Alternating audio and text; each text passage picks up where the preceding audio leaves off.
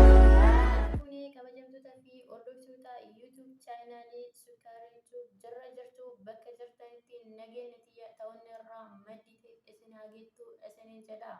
Warroonni YouTube chaanaalii kiyyaaf haaraa taatan YouTube kiyya sabiskiraabii laayikii gochuudhaan maatii naaf ta'aa isiniin jedha. Maatiin kiyya immoo irra deebiidhaan baga nagaan dhuftanii weelkaam isiniin jedha. Har'a weelluuwwan uummata keenyaa qeerroof qeerrii Oromoo keenyaa keessaa waa tokko xiinxallee isinitti himuu dhufne. Weelluuwwan kee kiyyaa badhaadhaa barraaqii weelluuwwan kee kiyyaa badhaadhaa barraaqii jedhu keessaa Oromiyaan lafumaa Oromummaan nafumaa yaaduma qawweetii dhume jedhan hin dhumu jechuudhaan biltsiginnaa lukee takkaan dhaabeeti jira. Waaqni xaanuu waan qabu waliin dhabaa kan qabu waliin qabaa kan dhabu waliin dhabaa waan ayyaantummaa qabu in eegnaa hin cabu jechuun tokkummaa Oromoo cimseetii jira. Kan itti aanu hin nyaannu jiraan du'aan hoodee nutuma baafannaa gumaa koodee jechuun gumaa goota Oromoo fi hayyuu Oromoo akka bahan itti himeetii jira. Kan itti aanu shanee fi ABO OLF fi KFO hin barreen haa bartuu Oromoodhaan martuu jechuudhaan tokkummaa Oromoo calaqqisiiseetii jira.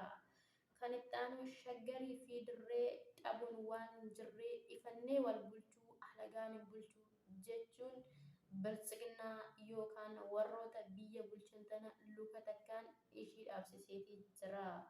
Kan itti aanu shan daddaakaa shan dandeenyee akka waaqaaf har'a geenyee jechuun uummata biyya bulchaa yookaan jireenya uummata saba keenyaa diigaa fi dararaa jiran kana akka isaan saba keenyaaf hin taanee fi uummata keenyaa hin taane akka rabbummaan jireenya keenya dheeressee har'aan nu gahee uummata keenyaaf sagalee ta'eetii jira. Kan itti aanu lafti mootee qotte fakkeenyaa biqiltuu kan dursu nageenyaa jechuun sagalee ta'eetii jira. Hunda dursa kan saba keenyaaf ta'u biqiltuu dhaabuu osoo hin taane saba keenya rakkoo keessaa baasuu fi saba keenya gargaaruudha jedheetii uummata keenyaaf sagalee ta'eetii jira.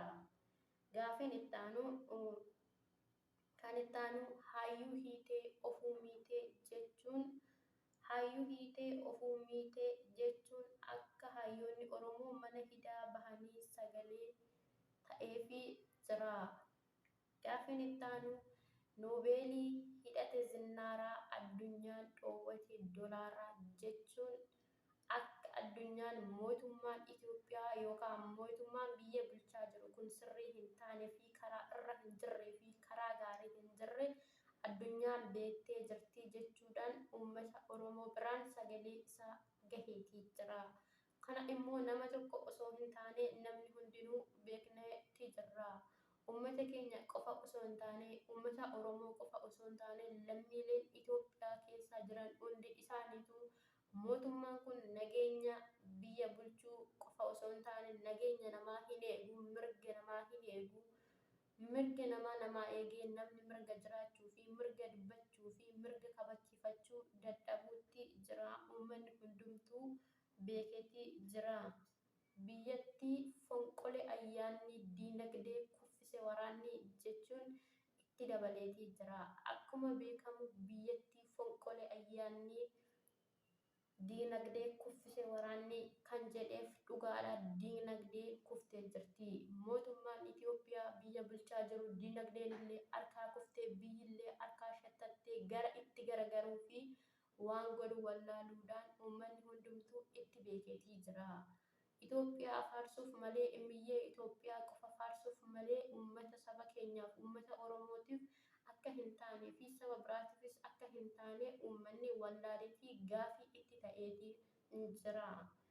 Gaaffiin itti aanu jeneraal aartistii Hacaaluu Gumaa Gootaa shirri awwaaluu jechuun akka shirri gootaa dhiigni goota artistii Hacaaluu Hundeessaa dhangala'ee hin hafne gumaan goota kanaa bahu sagalee ta'eefii jira.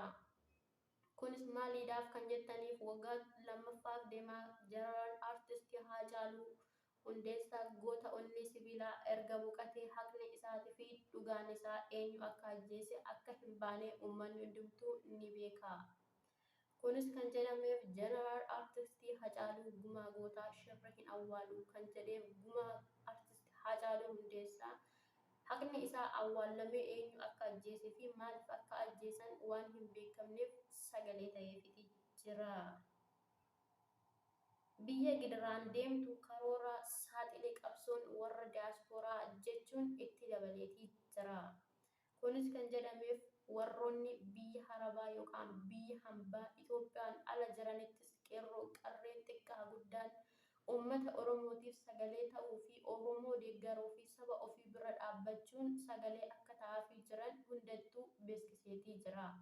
Kunis kan ta'ameef uummanni keenya hundumtuu biyya diiguuf osoo hin taane biyya ijaaruu fi biyya taragaaggaasisuuf malee haqa namaa barbaaduuf miti. Haqa ofii kabachiifachuuf mirga ofii kabachiifachuuf malee biyya diiguuf miti jechuun itti dabaleetii jira.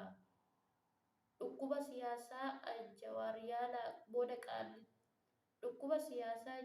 yaalaa booda qilixoof qaalitti ilaalaa jechuun hayyoonni Oromoo akka mana hidhaatii bahan sagalee ta'eefii jira. Kunis kan jedhameef hayyoonni Oromoo Baqqalaa Garbaa, Jawaar Mohaammed, Hamzaa Booranaa fi kanneen itti dabalatanii hayyoonni mana hidhaa keessa siyaasaan hidhamanii jiraniif galaa qabsoo Oromoo fi ija qabsoo Oromoo ta'uu isaanii hundinuu ni beeka waan ta'eef kana itti dabaleetii jira. Dhukkuba siyaasaa Jawaar yaalaa booda qaalittiif qilixoo ilaalaa jechuun isaa hidhamtoonni siyaasaa kun ija qabsoo Oromoo fi ija uummata Oromoo fi biyyattii tana taragaaggaasisuu biyyattii tana jiraachisuu waan danda'uuf kana dubbateetiin jira. Kanaafiyyuu har'a asuma irratti xumurraa xiinxalli keenyas isuma kanaadha. Artist Kikiyyaa Badhaadhaa galatoomii jedhaanii hundi keessanuu galatoomaa jajjabeessaa isiniin jechuu barbaada. Warroonni YouTube chaanaalii kiyyaaf haaraa taatan sabiskiraayibii laayikii gochuudhaan maatii naaf ta'aa isiniin jedha. Dogongora na oolchaa haga viidiyoo biraatiin